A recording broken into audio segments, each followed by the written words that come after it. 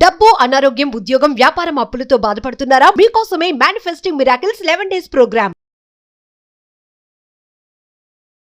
ఈ వీడియోలో ఏం చెప్తున్నారు? ఇక్కడ విచిత్రం ఏంటంటే మన సబ్జెక్ట్‌లో మనం ఎక్కడ కూడా లోటు చూడొద్దనుకున్నాం కదా! అవును. ఎక్కడ కూడా మనం ఏం చెప్పాలనుకున్నాం అంటే నేను ఐ యామ్ రిచ్ అని చెప్పాలనుకున్నాం. ఐ యామ్ రిచ్ అయినప్పుడు నేను ధనవంతుడిని కదా! అంటే ఇప్పుడు ఎలా ఉంటదంటే మనం ఉన్న పరిస్థితుల్లో నేను ధనవంతుడిని చెప్పడానికి భయమేస్తది మనకి. హ్మ్. ఉన్న పళంగా మీరు ఒక రాజు అని చెప్పగలుగుతారా? చెప్పలేరు కదా! ఎందుకంటే ఏ దేశానికి రాజు, ఎక్కడ రాజు, నీకే సరిగ్గా లేదు అనే ఒక ఫీలింగ్ మనల్ని పట్టి పీడిస్తుంటది. నాగరాజు ఓకేనా? అంతే. నాగరాజు అంతే. కాబట్టి ఎందుకు మనకి ఆ ఫీలింగ్ అనేది మనకు పట్టి పీడిస్తది. ఎందుకు మనం నిజంగా కూడా ధనవంతుడని చెప్పడానికి మనం ఎందుకు వెనక్కొస్తున్నాం? 2 ఇంకోటేందంటే ఇక్కడ మనం ఏం చెప్తామంటే మన సబ్జెక్ట్‌లో ధనవంతుడు అనేది చెప్పడానికి హక్కు మీకుంది. హ్మ్. ధనవంతుడని చెప్పడానికి హక్కు మీకుంది. దాన్నెవరు కూడా కాదనడానికి లేదు. ఎందుకంటే మీ ఇష్టం అది. మరి ధనవంతుడని మీరు మీరు డిసైడ్ చేయాలి. మీ సబ్‌కాన్షియస్ మైండ్‌కి అది ఇవ్వాలి. అది ఇచ్చినప్పుడు కదా మీరు ధనవంతుడవుతారు. కానీ ఇక్కడ ప్రతి దగ్గర ఏమవుతదంటే మనం ఏం చెప్పినా సరే ఇప్పుడు నీ దగ్గర ఇంత డబ్బు కలిగి ఉందా అన్నప్పుడు ఆలోచిస్తాడు వాడు. లేదు గదా! అని. ఓకేనా? అంటే ప్రతి దగ్గర మనకేమైతుందంటే ఇప్పుడు కాదు మనకు బుద్ధి తెలిసినప్పటి నుంచి ప్రతి దగ్గర గూడా మనం లోటనేది చూడడం వల్ల ఏమైతుందంటే ఆ లోటుకి అలవాటు పడిపోయినాం. ఓకేనా? ఆ లోటుకి అలవాటు పడిపోయాం. ఇప్పుడు దాన్ని ఎలా పూర్తి చేసుకోవాలి? ఇప్పుడు మీరు ధనవంతుడని చెప్పారు. ఆ ధనవంతుడని చెప్పినప్పుడు మీ యొక్క ఆలోచన విధానం ఏ విధంగా మారాలి? ఫస్ట్ మీరు నిజంగా ధనవంతుడిగా మీరు మారాలనుకున్నారా? దానికి కట్టుబడి ఉండాలి ఫస్ట్. దానికి కట్టుబడి ఉండాలి. కట్టుబడి ఉన్నప్పుడు ఏం చేయాలి? ఫస్ట్ దానికి కట్టుబడి ఉన్నప్పుడు ఏం చేయాలంటే, ఒక ధనవంతుడి యొక్క యాటిట్యూడ్ అలవరుచుకునే విధానంలో మనం పాటించే కొన్ని పద్ధతులేంటి? ఓకే. ఫస్ట్ మీ యొక్క డ్రెస్ స్టైల్ మార్చేయాలి కంప్లీట్‌గా. ఓకే. ఓకేనా? మనం క్లాస్‌లో కూడా చెప్పుకుంటాము. ఎందుకంటే మనం ఒక 1000, 2000, 3000 కంటే ఎక్కువ డ్రెస్సులు తొడగలేము మనం. అర్థమైందా? అదే ఎక్కువ అని ఫీల్ అయిపోతాం మనం.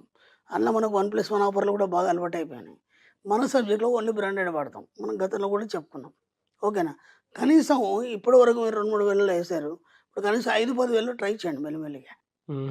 ఓకేనా? ఇంకో విషయం కూడా చెప్పాను నేను. బయటికి ఎన్ని సార్లు ఎళ్ళినా సరే మనం ఖాళీ చేతులతోని ఇంట్లోకి రావద్దని. ఓకేనా? అది చాలా రోజులయిపోయింది వీడియో కాబట్టి చూసిన వాళ్ళు బానే పాటిస్తున్నారు. ఈరోజు అందరి ఇళ్లలో సమృద్ధి ఉంది. మీరు కూడా ఇక నుంచి కొత్త వాళ్ళు ఎవరైతే చూస్తారో అది ఖచ్చితంగా పాటించండి. ఎందుకంటే మీరు ఎప్పుడు కూడా ఖాళీ చేతులతోని ఇంట్లోకి రాలేదంటే మీరు సంపూర్ణంగా ఉన్నారు అని దాని మీనింగ్. అంటే మీరు ధనవంతులనే గదా! మీ యాటిట్యూడ్‌ని చూపిస్తున్నారు. ఒకటి డ్రెస్ స్టైల్ మార్చారు. 2 ఏనాడు కూడా ఖాళీ చేతులతోని రాలేదు. ఏదో ఒక వస్తువు తీసుకొని ఇంట్లోకొచ్చారు.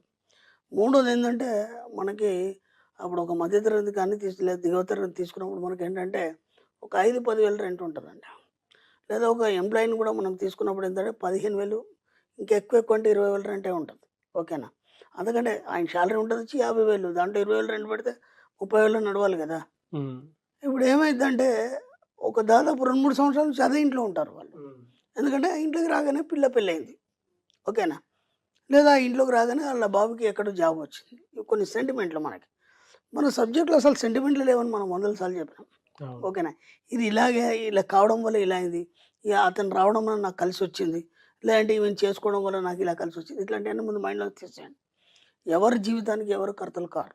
ఓకేనా? మీ జీవితానికి మీరే కర్తలు. ఎందుకంటే మీ జీవితాన్ని మీరే రాసుకుంటారు కదా! మన సబ్జెక్ట్‌లో. అంటే అవును. మీ యొక్క ఆలోచన విధానాన్ని బట్టి మీ యొక్క జీవితం ఉంటదని చెప్పుకున్నాం కదా! కాబట్టి ఇప్పుడు ఏం చేస్తారంటే మీ జీవితంలో మార్పు రావడానికి ఇప్పుడు ఏదైతే మనకు ఒక 7,000 10,000 రెంట్‌లో మనం దాంట్లోనే సాధిస్తున్నాం. ఎందుకంటే అది మారితే అంత రెంట్ నేను పెట్టలేను ఒకటి. మళ్ళీ అక్కడెళ్ళిన తర్వాత పరిస్థితులు ఎలా ఉంటాయో తెలీదు. ఇవన్నీ ఫీలింగ్స్‌తోని మనం ఏం చేస్తామంటే ఇదే దీంట్లోనే మనం ఇరుక్కున్నా సరే దాంట్లోనే మనం మెల్లిగా అలాగే సాగదీస్తాం. ఒక 5, 10 ఏండ్లు అలాగే సాగదీస్తాం. ముందేం చేస్తారంటే ఇప్పుడు మీరు కొత్తగా మారాలనుకున్నారు ధనవంతుడిగా. కాబట్టి ఇల్లు కూడా మార్చేయండి. ఇల్లు కూడా ఎంత రిచ్‌గా తీసుకుంటారంటే, మీరు ఇంతకుముందు ఒక 5, 10,000 రెంట్ ఉంటే, ఇవాళ 25,000 రెంట్ తీసుకుంటాం. మరి ఇవన్నిటికి డబ్బులొస్తాయా? వస్తాయి. ఖచ్చితంగా వస్తాయి. ఆలోచన మారుతుందిగా. యెస్. ఆలోచన మారుతుంది గదా!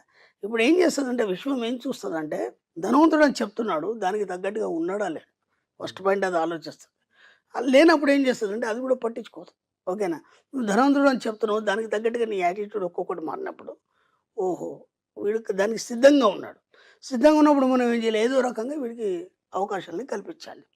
ఆ విధంగా ఏమైతుందంటే అప్పుడు మీకేమైతుందంటే దాంతో పాటు ఏం చేయాలి? ఇప్పుడు ఎప్పటినుంచో తాతల నాటి నుంచి ఎక్కడి నుంచో ఉన్నటువంటి ఫర్నిచర్ అలాగే ఉంది. ఓకేనా?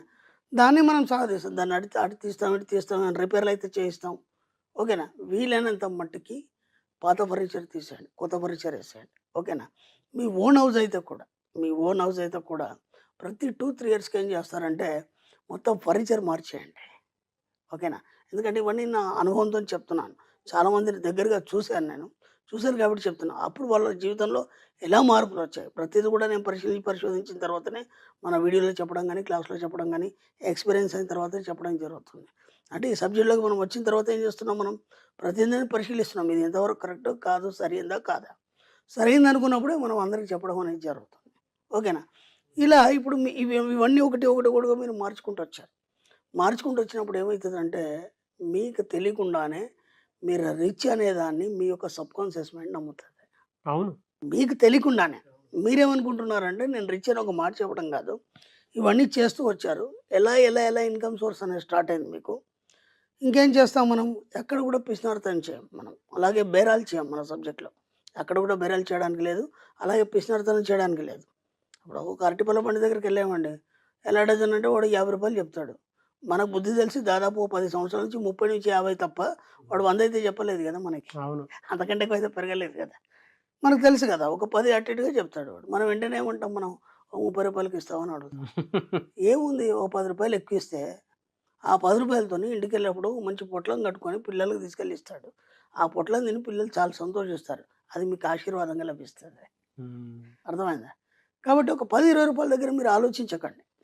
ఇప్పుడు ఆ అరటిపళ్ళు మనకు రూ. 100 చెప్పాడనుకోండి అప్పుడు డౌటొస్తది. అదేంటి ఇన్నేళ్ల నుంచి రూ. 40, 50 ఉన్నాయి. అలాంటిది ఇప్పుడు మనకు రూ. 100 ఎందుకయిందనేది అప్పుడు మనం అడగొచ్చు. అర్థమైందా? అలా అని చెప్పేసి మరి అతిగా కూడా పెట్టొద్దు. ఎంతవరకు అవసరం అనేది అంతవరకు పెట్టాలి. ఆ పెట్టే దగ్గర పిసినారితనం చేయొద్దు మన సబ్జెక్ట్‌లో. ఫస్ట్ ఏం చేసినాం మనం? నేను ధనవంతుడని ముందు నిర్ణయించుకున్నాం. ఓకేనా? 2 ఏం చేసాం? మళ్ళీ మీ యాటిట్యూడ్ మారే భాగంలో మీరు ఇల్లు మార్చారు. మీ డ్రెస్సింగ్ స్టైల్ మార్చారు. ఖర్చు పెట్టడంలో ఎక్కడ పిసినారితనం చేయట్లేదు. ఓకేనా? ఆ తర్వాత ఎంత వీలైతే అంత ఎదుటి వారి నుంచి మీరేం ఆశించకుండా మీరిచ్చే ప్రయత్నం చేయండి. హ్మ్. ఓకేనా?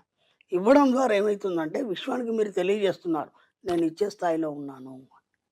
అర్థమైందా? వీలైనంత మీరు ఇచ్చే స్థాయిలో ఉన్నారు. అంటే ఏదైనా ఒక చిన్న గిఫ్ట్ కానీ, ఏదైనా కావచ్చు. మీకు ఏది అందుబాటులో ఉంటే అది వీలైనంత మట్టుకి ఇంతకుముందు గతంలో కూడా చెప్పాను. ఎవరింటికెళ్ళినా ఖాళీ చేతులతోని వెళ్ళొద్దు. లేదా కొన్ని ప్రదేశాలకెళ్ళినప్పుడు మనం ఖాళీ చేతులతో వెళ్ళొద్దు. ఓకే. ఓ ఫ్రెండ్ కలిసాడు, లేదా పిల్లలు కలిసారు. ఓ చాక్లెట్ తీసి ఇవ్వండి. ఎప్పుడైనా సరే ఇచ్చే ధోరణిలోనే ఆలోచించండి. ఎందుకంటే మీరు ధనవంతుడు కాబట్టి మీరు ఇచ్చే ధోరణిలోనే ఉంటారు. ఎప్పుడు ఇచ్చే స్థాయిలోనే ఉంటారు. మీరు అరే! నేను ఇన్ని సార్లు ఇచ్చాను. నేను ఒక్కసారి కూడా నాకు ఇవ్వలేదని అనుకున్నారనుకోండి. మీ స్థాయి అనేది పడిపోతది. అంటే మీ యొక్క ఆలోచన విధానంలో ఎక్కడ కూడా మీరు పడిపోకుండా దాన్ని ఉన్నతంగా ఉంచే ప్రయత్నం చేయండి. ఎంత మీరు ఉన్నతంగా ఉంచినప్పుడు ఏమవుతుందంటే అంత ఉన్నతంగా మీకు రాబడి అనేది స్టార్ట్ అవుతది. ఎలా వస్తదో నాకు తెలీదు.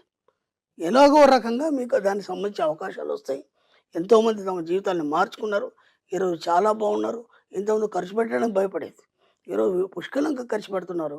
వాళ్ళే ఆశ్చర్యపోతారు. ఆ జీవితంలో ఇంత మార్పు ఎలా వచ్చింది? ఓకేనా? ఆలోచన ఒక దాని మీద ఫోకస్డ్‌గా వెళ్తా ఉంటే ఖచ్చితంగా దానికి సంబంధించినటువంటి అంటే మన అవసరాలకు సంబంధించినటువంటి అవకాశాలు మాత్రం సృష్టించబడతాయని మాత్రం నమ్ముతాను సార్ నేను. నేను అలా ఎందుకంటే అంటం లేదు. మీరు ధనవంతుడని కావాలని డిసైడ్ అయితే అదే. దానికి తగ్గట్టుగా మీ యొక్క విధి విధానాలు, పద్ధతులు, ఆలోచనలు మార్చుకోండి. మార్చుకున్నప్పుడు ఇప్పుడు నాగరాజు గారన్నప్పుడు ఎవరైనా కొత్త వాళ్ళే ఊహించుకుంటారు. ఓహో! సుమన్ టీవీ నాగరాజు అని అనుకుంటారు. లేదంటే ఆయన స్థాయి అదైనా ఊహించుకొని వస్తారు కదా! వాడు రాగానే గేట్ దగ్గర మీరు కనిపించారనుకోండి. ఆ! ఎలా ఉంటది? అవును. నాగరాజు ఎక్కడున్నాడు 10 మందిని అడగాలి. పలానా దగ్గర కూర్చున్నాడని అక్కడి దాకా రావాలి. పర్మిషన్ తీసుకొని రావాలి. ఆ వాల్యూ బావుందా? మీరు రాగానే ఎదురెళ్లి కనిపించడం బావుందా? దీని మీ డిమాండ్ దానికే మీ ఉంది. యాటిట్యూడ్ మార్చుకోవాలి అవును. కదా! మీ యాటిట్యూడ్ మారకుండా మీరు అప్పుడు నారాలేనా రండి సార్ అన్నారనుకోండి ఏం బావుంటది. అంటే ముందు ధనవంతుడు అని డిసైడ్ అయినప్పుడు. మీకొక ఇప్పుడు ఒక స్థాయి వచ్చింది. ఒక పదవి వచ్చింది. దానికి తగ్గట్టుగా మీరుండాలి గదా! అవును. మరి ధనవంతుడికి తగ్గట్టు నువ్వు ఉన్నప్పుడు మాత్రమే అవన్నీ నీకు కల్పించబడతాయి. అది నేను చెప్పేది. కాబట్టి అలా ఒక్కొక్కటి ఒక 4, 5 పద్ధతులు మాత్రం మీరు మార్చుకోండి. కొన్ని రోజుల తర్వాత మీ జీవితంలో ఎంత మార్పొస్తుందో చూడండి. ఆ తర్వాత మీ యొక్క అత్యున్నతమైన జీవితానికి మీరు దారి చూసుకోండి ఇంకా రకరకాలుగా. థాంక్ యూ అండి. Thank you so much Shri Acharya Anantakrishna Swamy garu. Thank you.